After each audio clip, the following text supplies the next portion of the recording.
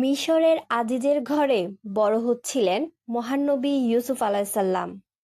আল্লাহ তাকে দিয়েছিলেন অসাধারণ সৌন্দর্য, চরিত্র এবং লজ্জাশীলতা। মিশরের আজিজের স্ত্রী জুলেখা তার সৌন্দর্যে আকৃষ্ট হয়ে পড়েন। তিনি ইউসুফ আলাইসাল্লামকে পাপের দিকে আহ্বান করেন, কিন্তু ইউসুফ আলাইসাল্লাম আল্লাহর ভয়ে তা প্রত্যাখ্যান করেন।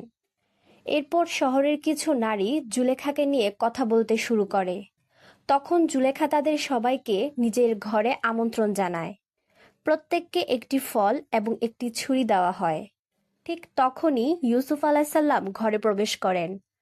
তার সৌন্দর্য দেখে নারীরা এতটাই বিস্মিত হয়ে যায় যে তারা ফল কাটতে গিয়ে নিজেদের হাত কেটে ফেলে। তারা বলে উঠল, এ তো কোনো মানুষ নয়, এ তো এক সম্মানিত ফেরেশতা। এই ঘটনাই দেখায় আল্লাহ যাকে সৌন্দর্য দেন তা মানুষের কল্পনারও বাইরে হতে পারে। সূরা ইউসুফ আয়াত ৩১।